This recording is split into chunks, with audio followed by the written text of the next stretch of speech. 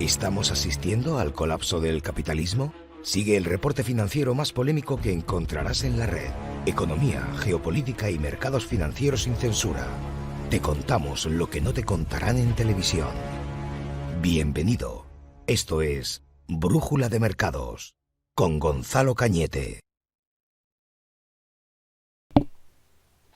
Hola amigos, ¿cómo estáis? 21 de enero. Es el primer día en el que Joe Biden ya está como presidente en la Casa Blanca.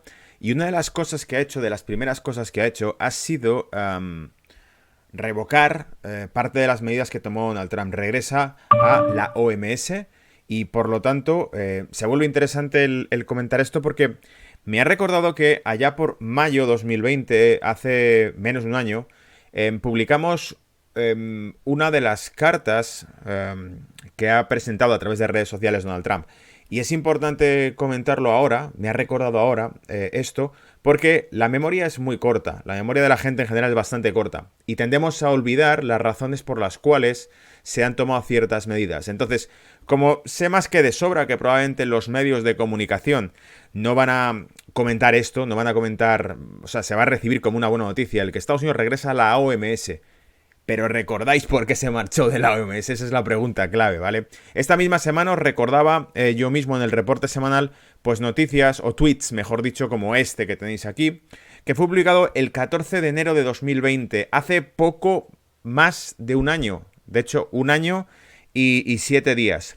En esto decían que las investigaciones preliminares, la OMS publicaba en su tweet que las investigaciones preliminares establecían que no había evidencias claras, según las autoridades chinas, de que el nuevo virus fuese transmisible entre personas. Alucina lo que pasó, claro, desde ese momento. En esa carta que hizo el presidente Donald Trump, aparte de abandonar la OMS, citaba una serie de puntos en los cuales buscaba responsables por unos protocolos de actuación de la OMS que habían sido insuficientes y que además contrastaba, decía, no hay más que fijarse con la actuación que se hizo para el brote del SARS-CoV que hubo previo, años atrás, donde la directora de la OMS tomó una serie de medidas bastante más estrictas que, quizá por ello, permitieron que no se produjese una pandemia, ¿vale? Permitieron que no se produjese esa dispersión de ese virus por todas partes del mundo, que ya hemos dicho en más de una ocasión ha sido muy favorable a una serie de cambios sociales que se van a producir y que ya se han producido y se están produciendo, pero todavía no es nada, sobre lo que va a ir ocurriendo en los próximos años a nivel económico y a nivel social. Y bueno, no quiero dejarme ningún cabo suelto. Me parece también curioso destacar el hecho de que vuelve también al Acuerdo de París, que es al fin y al cabo la negociación de derechos de contaminación. Y me parece curioso hablar de esto precisamente porque ya os lo he mencionado, la Agenda Verde, el Green Deal, que también se ha llamado el Acuerdo de Estímulo Fiscal enfocado en energías renovables, que dije que era una agenda corporativa, que al fin y al cabo es una cuestión de negocio. El hecho de que se hable del cambio climático no es por una cuestión científica, porque se podría hablar del cambio climático por una cuestión científica desde hace décadas atrás, sino que si aparece en la televisión más a menudo es porque te van a recaudar más impuestos con este pretexto. Uno de los puntos clave que tocaremos y que investigaré en el futuro, y que ya os he mencionado que haré un vídeo sobre esto, será cómo el hecho de que si existiesen fuentes de energía libres, limpias y gratuitas sería el mayor escollo que tendría la corriente ideológica del cambio climático. ¿Por qué?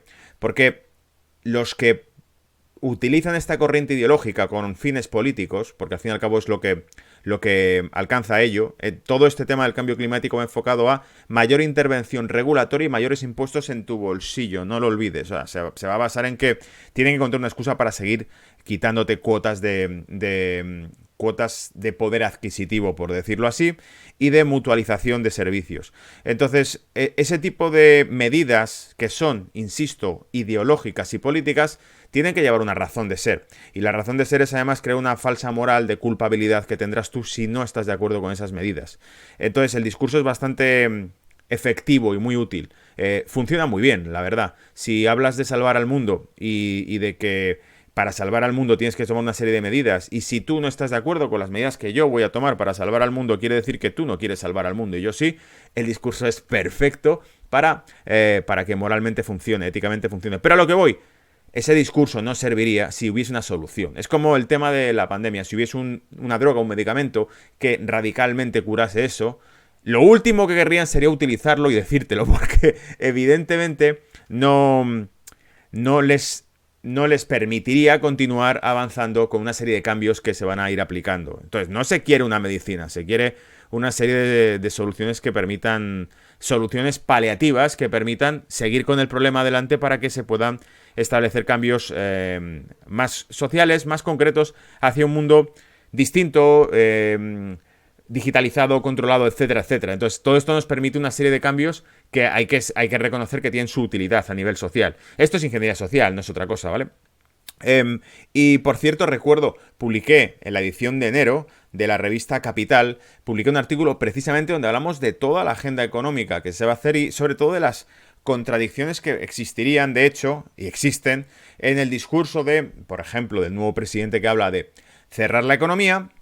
No es viable cerrar la economía siempre y cuando está hablando también de reducir el déficit. Sabemos que durante décadas ha sido un tipo que ha presumido, o que mejor dicho ha sido considerado uno de los halcones de la economía americana, porque era de los más duros a la hora de controlar el gasto público. Sin embargo, ha abierto su presidencia con un programa electoral basado en buscar votos, anunciando que iba a gastar mucho dinero. Para todo el mundo iba a haber dinero, ¿vale? Entonces, esta serie de medidas son las que le han llevado a que digas, bueno, ha sido un tipo que durante años ha defendido el recorte del gasto público, pero ahora entra en la presidencia, consigue votos vendiendo que va a gastar más, y que además va a ser un tema de cambio climático también, porque va a seguir los procedimientos de la agenda muy similares a la agenda verde que ha establecido la Unión Europea. Por lo tanto, lo que vemos es lo que dije en su momento. Su programa económico va a ser exactamente el programa económico de la Unión Europea, no va a tener ninguna diferencia, porque es al fin y al cabo un programa económico que está establecido a nivel global, y que es el que entra en perfecta conjunción con la agenda de Davos, que ya está publicada, donde se establece una serie de cambios sociales y económicos que se producirán. Así que se vuelve todo súper interesante en ese aspecto.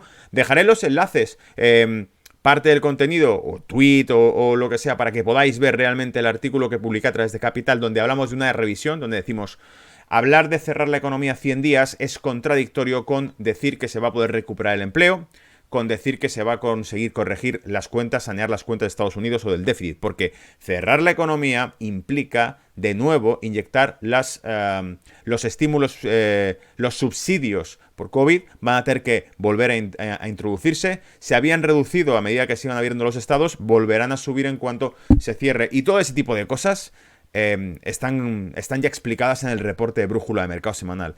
No me enrollo más, os dejo la lectura que hice de la carta que se presentó de por qué se abandonaba la OMS en mayo 2020 en los reportes de Brújula de Mercado. Quedó leída y os la dejo aquí para que, dentro de que tengamos una memoria corta y que los medios no vayan a hacer recapitulación de esto, no hablarán de estos motivos probablemente en la televisión, pero aquí, por supuesto, te los traigo, ¿vale? Disfruta. Chao. Lo primero, quiero empezar el reporte con este hecho en concreto. Cómo Trump va muy en serio, y cuando os he dicho que el discurso, la retórica, la guerra dialéctica entre China y Estados Unidos cada vez se está incrementando más, no es porque sea un profeta que esté con un bastón diciendo el fin va a llegar, arrepentido, sino porque realmente el hecho de que pueda volver una guerra comercial mucho más cruenta que la que se inició antes, porque ahora tiene motivos el señor Trump para hacerlo, no es cosa de que caiga en saco roto. Atención con la carta que ha publicado Donald Trump en sus redes sociales para que todo el mundo sea consciente de lo que le ha dicho a la OMS. Acusa a la OMS de estar bien informada sobre la gravedad del virus y, sin embargo, no revela los detalles a la comunidad internacional durante días o incluso semanas, cuando la regulación obliga a que se publique información peligrosa relativa a la salud en 24 horas, y cree que los motivos de este retraso en la información es debido a influencias políticas de China. Es un breve introducción o resumen que yo he hecho de la carta entera. Ahora lo que vais a leer es prácticamente la traducción textual de lo que ha dicho él en su carta. Las regulaciones internacionales de la salud requieren que los países reporten el riesgo de emergencia de salud dentro de 24 horas, pero China no informó a la Organización Mundial de la Salud de los casos severos de neumonía. La Organización Mundial de la Salud ha hecho repetidamente declaraciones del coronavirus que han sido gravemente inexactas o engañosas. El 24 de enero del 2020, la Organización Mundial de la Salud declaró: investigaciones preliminares conducidas por las autoridades chinas no encontraron evidencias de transmisión humano a humano del nuevo coronavirus 2019 nCoV, identificado en Wuhan, China. Esta aseveración estaba en directo conflicto con los reportes censurados de Wuhan.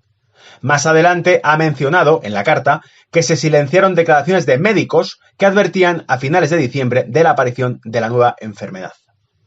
Usted, presionado por el gobierno chino, decía Donald Trump al director de la OMS, le dijo al mundo que el coronavirus no presenta ninguna preocupación internacional de emergencia de la salud pública.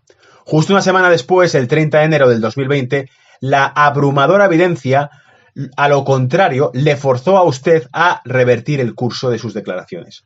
Usted también alabó fuertemente las restricciones del viaje doméstico de China, pero estuvo inexplicablemente en contra de mi cierre de frontera o la prohibición con respecto a la gente que venía de China.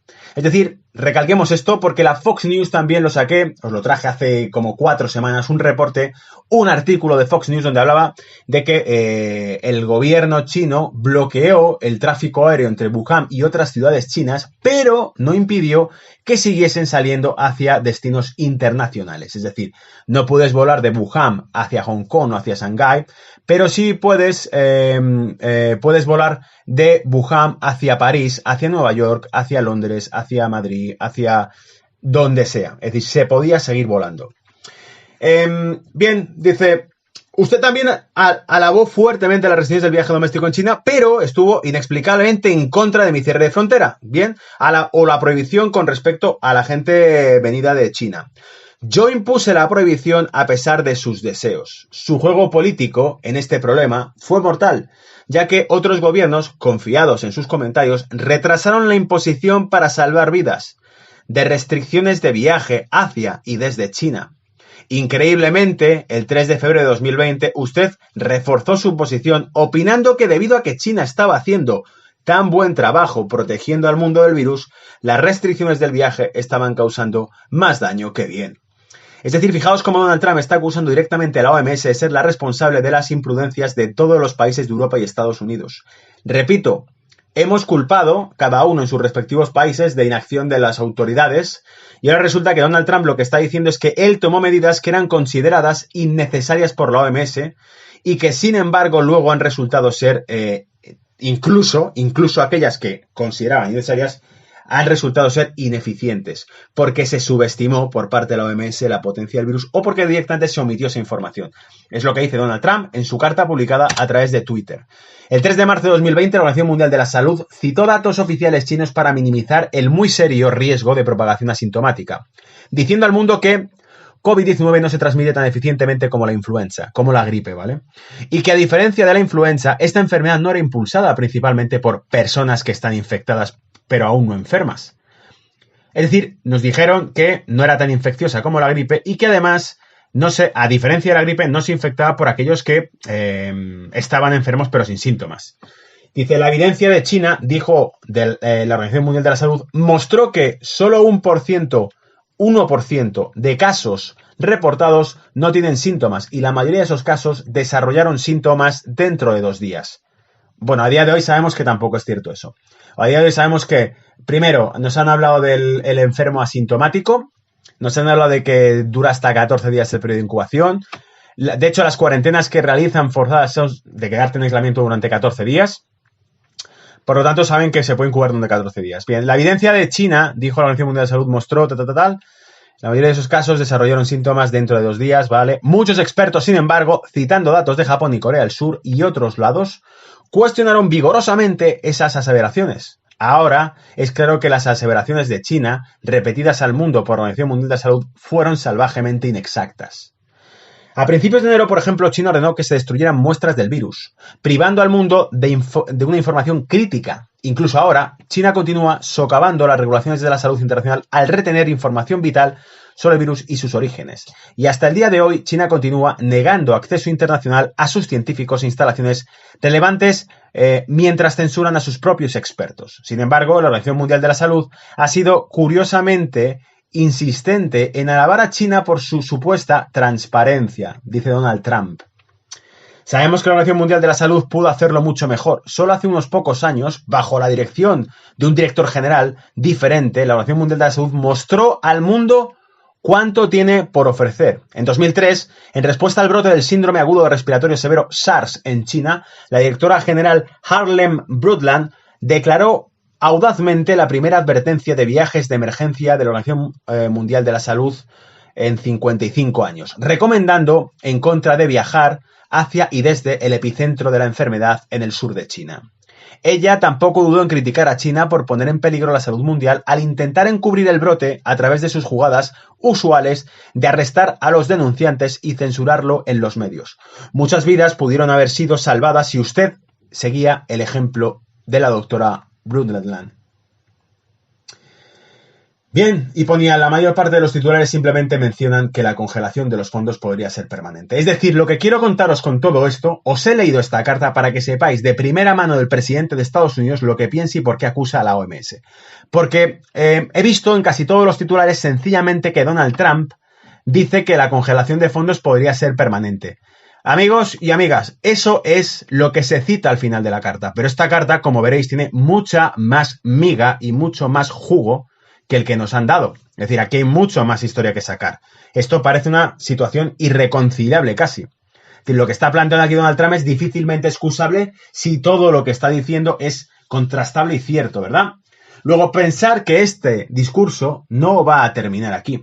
No va a terminar aquí. Es decir, esto va en serio. El discurso de conflicto y de división entre las dos mayores bloques económicos del mundo, China y Estados Unidos, se ha iniciado ahora.